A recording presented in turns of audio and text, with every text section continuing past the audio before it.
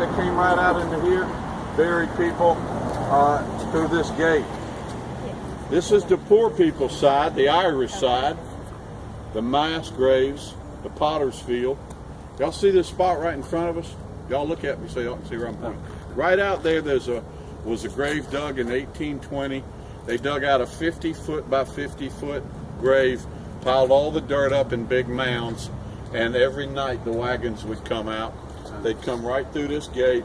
They'd circle around the pit, and the guys that were out here on the graveyard shift, that's where that term got started, were people that buried people in graveyards. They always did it at night. Why? Who wants to see a wagon rolling down your street with about 8 or 9 bodies that are already starting to bloat up, puff up? You don't want to see that in the daytime, do you? You got to live with that. That might be your next door neighbor. That might be your son's girlfriend from down the street. So they did it about 9 o'clock at night to about daylight. They pick up the bodies, toss them up on that wagon, wrapped in a sheet, trussed up like a Virginia ham, and they come right out here and lay them out, and these guys would bury them. And then the next night they do it again, and again, and again. These guys were paid to bury the bodies, guard the graveyard, and listen for bells.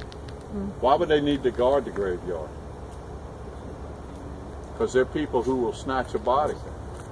You say, well, what would they want it for? Jewelry? No. Spells. Although there were people that polluted graves, Union soldiers mainly.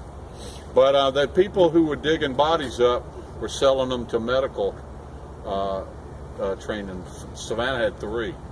Second oldest hospital in America.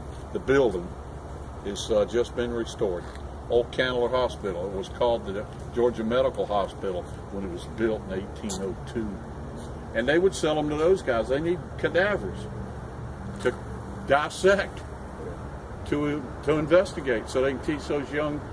So you find out real quick if somebody's going to be a doctor if they can do that, right?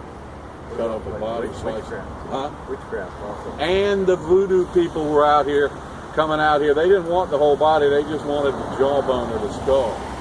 Leave the body there. We don't need the body. They want your skull, or your jawbone, or your cervical, everything up around your brain. That's where all the power is, they believe.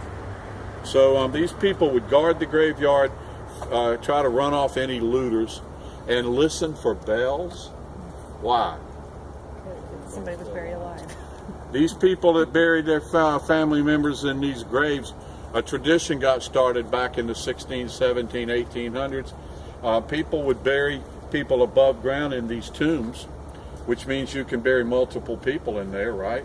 So you bury little Joey, and 3 or 4 years later, somebody else in the family dies, and you go back in there, you knock the same brick out, and you go in there and bury the next family member. You can put 8 or 10, 12 people in there. What happens if you go in there and little Joey that you left like this is like this? Or maybe he's down on the floor.